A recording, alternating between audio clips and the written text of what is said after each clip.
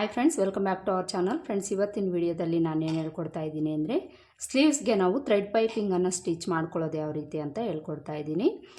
ನಾರ್ಮಲಾಗಿ ಸ್ಲೀವ್ಸ್ಗೆ thread piping ಅನ್ನೋದು ಯಾರೂ ಕೇಳೋದಿಲ್ಲ, ಕೆಲವರು ಕೇಳ್ತಾರೆ.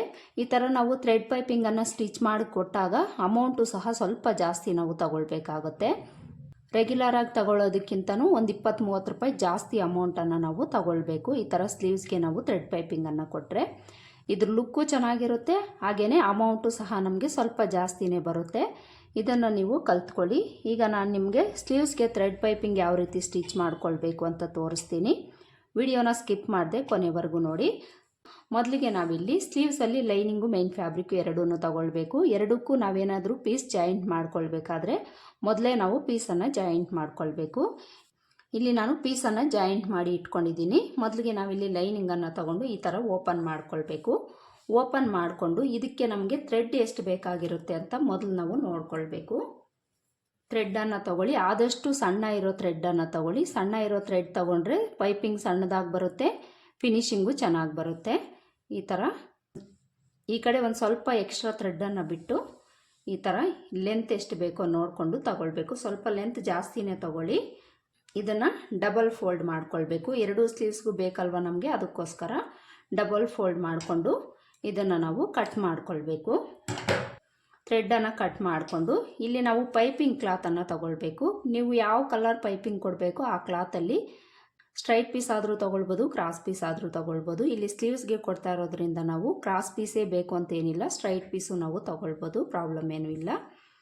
ಇಲ್ಲಿ ನಾನು ಇದಕ್ಕೆ ಈ ಥರ ಗೋಲ್ಡ್ ಕಲರಲ್ಲಿ ಪೈಪಿಂಗನ್ನು ಕೊಡ್ತಾ ಇದ್ದೀನಿ. ಈ ಬ್ಲೌಸ್ ಪೀಸಲ್ಲಿ ಗೋಲ್ಡ್ ಕಲರ್ ಬಂದಿದೆ, ಅದಕ್ಕೋಸ್ಕರ ನಾನು ಈ ಗೋಲ್ಡ್ ಕಲರಲ್ಲಿ ಪೈಪಿಂಗನ್ನು ಕೊಡ್ತಾ ಇದ್ದೀನಿ. ಈ ಕ್ಲಾತ್ ಅಗಲ ನಾವು ಎಷ್ಟು ತೊಗೊಳ್ಬೇಕು ಅಂದರೆ 1.5 ಇಂಚು ಬಿಡ್ತಿರೋ ಥರ ತೊಗೊಳ್ಬೇಕು. ಸ್ಲೀವ್ಸ್ಗೆ ನಾವು ಕೊಡ್ತಾ ಇರೋದ್ರಿಂದ 1.5 ಇಂಚು ಬಿಡ್ತಬೇಕು. ಅದೇ ನೆಕ್ಕಿಗೆ ನೀವು ಪೈಪಿಂಗ್ ಕೊಡ್ತೀರಾ ಅನ್ನೋಂಗಿದ್ರೆ 1 ಇಂಚ್ ಅಗಲ ಇದ್ದರೆ ಸಾಕಾಗುತ್ತೆ. ಈ ಥರ 1.5 ಇಂಚ್ ಅಗಲ ಇರೋ ಥರ ಪೈಪಿಂಗ್ ಕ್ಲಾತನ್ನು ತೊಗೊಂಡು ಈ ಥ್ರೆಡ್ಡನ್ನು ತೊಗೊಂಡು ಈ ಮಧ್ಯದಲ್ಲಿ ಈ ಥರ ಇಟ್ಕೊಳ್ಬೇಕು. ಮಧ್ಯದಲ್ಲಿ ಈ ಥರ ಇಟ್ಕೊಂಡು ಫೋಲ್ಡ್ ಮಾಡ್ಕೊಳ್ಬೇಕು. ಹಾಗೆಯೇ ಇಲ್ಲಿ ನಾವು ಥ್ರೆಡ್ ಪೈಪಿಂಗನ್ನು ಕೊಡಬೇಕಾದ್ರೆ ಸಿಂಗಲ್ ಫುಟನ್ನು ಸೆಟ್ ಮಾಡ್ಕೊಳ್ಬೇಕು.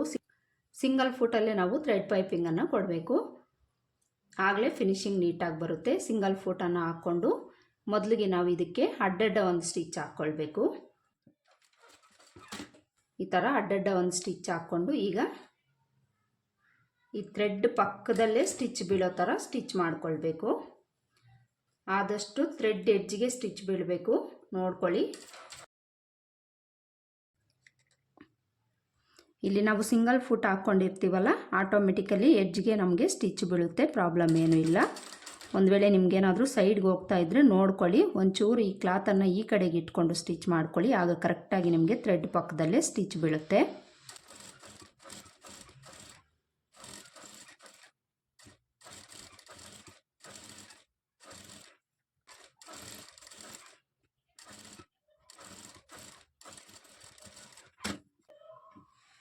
ಈ ಥರ ಸ್ಟಿಚ್ ಮಾಡಿಕೊಂಡು ಈ ಕ್ಲಾತನ್ನು ನಾವು ಒಂದು 1/2 ಇಂಚ್ ಕ್ಲಾತ್ ಬಿಟ್ಟು ಉಳಿದಿರೋದನ್ನು ಕಟ್ ಮಾಡ್ಕೊಳ್ಬೇಕು.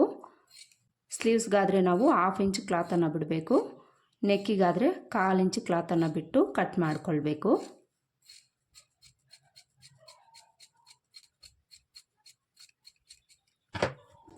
ನೋಡಿ, ಈ ಥರ ನಾವು ಪೈಪಿಂಗ್ ಕ್ಲಾತನ್ನು ರೆಡಿ ಮಾಡಿಕೊಂಡು ಈಗ ಸ್ಲೀವ್ಸಲ್ಲಿ ಲೈನಿಂಗನ್ನು ತಗೊಳ್ಬೇಕು. ಲೈನಿಂಗನ್ನು ತಗೊಂಡು ಈ ಲೈನಿಂಗಲ್ಲಿ ನೀವೇನಾದರೂ ಪೀಸ್ ಜಾಯಿಂಟ್ ಮಾಡ್ಕೊಂಡಿದ್ರೆ ಉಲ್ಟಾ ಸೀದಾನ ನೋಡ್ಕೊಳ್ಳಿ. ಪೀಸ್ ಜಾಯಿಂಟ್ ಮಾಡ್ಕೊಂಡಿರೋ ಕೂಳೆ ಕೆಳಗಡೆ ಇರಬೇಕು, ಸೀದಾ ಸೈಡು ಮೇಲೆ ಇರಬೇಕು. ಈ ಥರ ಇಟ್ಕೊಂಡು ಈ ಕಡೆ ಎಡ್ಜಲ್ಲಿ ನಾವೇನು ರೆಡಿ ಮಾಡ್ಕೊಂಡಿರ್ತೀವೋ ಈ ಪೈಪಿಂಗ್ ಕ್ಲಾತನ್ನು ಈ ಥರ ಇಟ್ಕೊಂಡು ಸ್ಟಿಚ್ ಮಾಡ್ಕೊಳ್ಬೇಕು.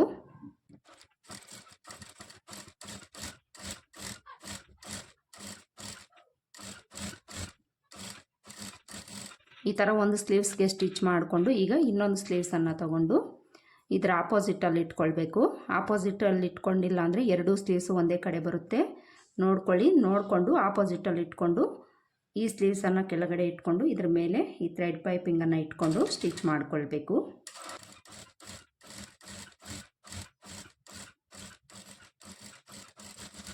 ಈ ಥರ ಸ್ಟಿಚ್ ಮಾಡಿಕೊಂಡು ಎಕ್ಸ್ಟ್ರಾ ಏನಾದರೂ ಇದ್ದರೆ ಕಟ್ ಮಾಡ್ಕೊಳ್ಳಿ. ಹಾಗೆಯೇ ಎರಡೂ ಸ್ಲೀವ್ಸ್ನ ಡಿವೈಡ್ ಮಾಡ್ಕೊಳ್ಳಿ. ಈಗ ಮೇಯ್ನ್ ಫ್ಯಾಬ್ರಿಕನ್ನು ತಗೊಳ್ಬೇಕು. ಮೇಯ್ನ್ ಫ್ಯಾಬ್ರಿಕ್ ತಗೊಂಡು ಇದ್ರ ಮೇಲೆ ಈ ಥರ ಇಟ್ಕೊಳ್ಬೇಕು. ಇದ್ರ ಮೇಲೆ ಮೇಯ್ನ್ ಫ್ಯಾಬ್ರಿಕನ್ನು ಇದ್ರ ಮೇಲೆ ಇಟ್ಕೊಳ್ಳೋವಾಗ ಸೀದಾ ಸೈಡನ್ನು ಇದ್ರ ಮೇಲೆ ಹೋಗೋ ಥರ ಇಟ್ಕೊಳ್ಬೇಕು. ಉಲ್ಟಾ ಸೈಡು ಮೇಲೆ ಇರಬೇಕು.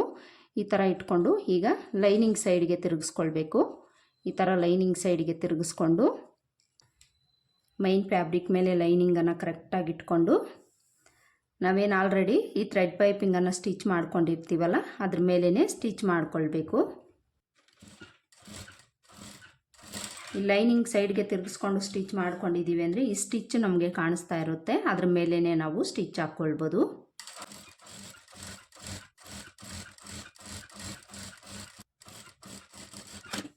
ನೋಡಿ, ಈ ಥರ ಸ್ಟಿಚ್ ಮಾಡಿಕೊಂಡು ಈಗ ಲೈನಿಂಗನ್ನು ಓಪನ್ ಮಾಡಿಕೊಂಡು ಲೈನಿಂಗ್ ಮೇಲೆ ಎಡ್ಜ್ಗೆ ಒಂದು ಕಿನಾರಿ ಸ್ಟಿಚ್ ಹಾಕ್ಕೊಳ್ಬೇಕು. ಹಾಗೆಯೇ ಈ ಕೂಳೆ ಇರುತ್ತಲ್ಲ ಇನ್ಸೈಡಲ್ಲಿ ಇದನ್ನು ಲೈನಿಂಗ್ ಸೈಡ್ಗೆ ಇಟ್ಕೊಂಡು ಸ್ಟಿಚ್ ಮಾಡಿಕೊಳ್ಬೇಕು.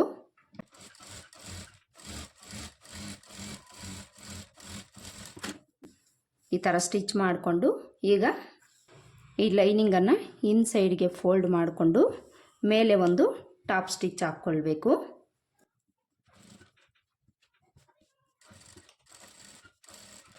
ಈ ಪೈಪಿಂಗ್ ಎಡ್ಜಿಗೆ ಸ್ಟಿಚ್ ಹಾಕ್ಕೊಳ್ಳಿ, ಇಲ್ಲಾಂದರೆ ಒಂದು 1/4 ಇಂಚ್ ಗ್ಯಾಪ್ ಬಿಟ್ಟಾದರೂ ನೀವು ಸ್ಟಿಚ್ ಹಾಕ್ಕೊಳ್ಬೋದು. ಇಲ್ಲಿ ನಾನಿಲ್ಲಿ ಪೈಪಿಂಗ್ ಎಡ್ಜಿಗೆ ಸ್ಟಿಚ್ ಮಾಡ್ಕೊಳ್ತೀನಿ.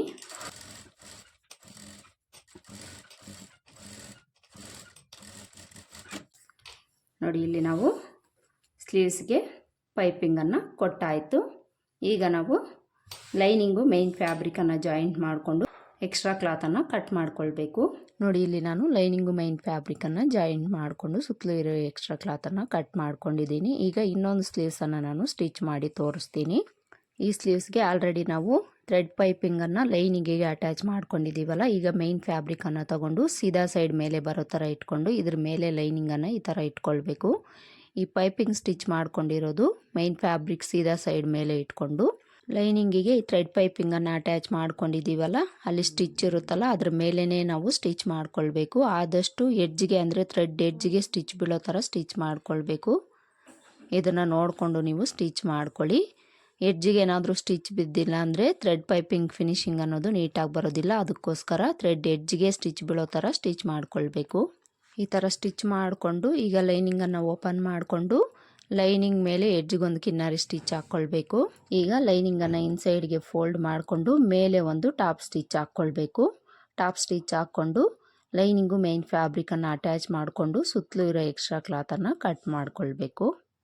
ಹಾಗೆಯೇ ಫ್ರೆಂಡ್ಸ್, ಇದುವರೆಗೂ ಯಾರಾದರೂ ನನ್ನ ಚಾನಲ್ನ ಸಬ್ಸ್ಕ್ರೈಬ್ ಮಾಡ್ಕೊಳ್ದೆ ನೋಡ್ತಾ ಇದ್ದರೆ ಸಬ್ಸ್ಕ್ರೈಬ್ ಮಾಡಿಕೊಂಡು ಪಕ್ಕದಲ್ಲಿರೋ ಬೆಲ್ಲೈಕನ್ನ ಕ್ಲಿಕ್ ಮಾಡಿ ಆಲ್ ಅನ್ನೋ ಆಪ್ಷನ್ನ ಸೆಲೆಕ್ಟ್ ಮಾಡಿ ಇಟ್ಕೊಳ್ಳಿ. ನಾನು ಯಾವುದೇ ವಿಡಿಯೋ ಅಪ್ಲೋಡ್ ಮಾಡಿದ್ರೂ ಮೊದಲು ನಿಮಗೆ ನೋಟಿಫಿಕೇಷನ್ ಬರುತ್ತೆ. ಹಾಗೆಯೇ ಈ ವಿಡಿಯೋ ನಿಮಗೆ ಯೂಸ್ಫುಲ್ ಅಂತ ಅನಿಸಿದರೆ ವಿಡಿಯೋ ಒಂದು ಲೈಕ್ ಕೊಡೋದನ್ನು ಮರಿಬೇಡಿ. ನೋಡಿದ್ರಲ್ಲ, ಇವತ್ತಿನ ವಿಡಿಯೋದಲ್ಲಿ ಸ್ಲೀವ್ಸ್ಗೆ ಥ್ರೆಡ್ ಪೈಪಿಂಗನ್ನು ಯಾವ ರೀತಿ ಸ್ಟಿಚ್ ಮಾಡ್ಕೊಳ್ಬೇಕು ಅಂತ ಹೇಳ್ಕೊಟ್ಟಿದ್ದೀನಿ. ಈ ಥರ ನಾವು ಸ್ಲೀವ್ಸ್ಗೆ ಥ್ರೆಡ್ ಪೈಪಿಂಗನ್ನು ಸ್ಟಿಚ್ ಮಾಡಿ ಕಸ್ಟಮರ್ ಹತ್ರ ಒಂದು 20 ರಿಂದ 30 ರೂಪಾಯಿ ಎಕ್ಸ್ಟ್ರಾ ಅಮೌಂಟು ಸಹ ಅರ್ನ್ ಮಾಡ್ಕೊಳ್ಬೋದು.